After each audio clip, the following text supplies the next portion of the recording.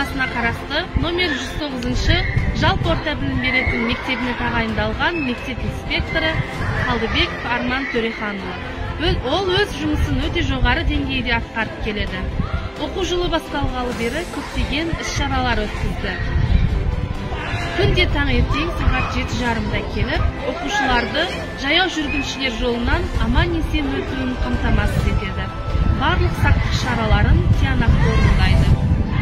Әсіресе бастауыш сынып оқушыларына жолда жүру ережелерін, мектепке келерде тек қана жаяу жүргіншілер жолынан өту керектігін қайта-қайта ескертеді, әрі жақсы түсіндіреді. Мектеп инспекторына ата-аналардың да, мектеп ұстаздарының да алғысы шексіз.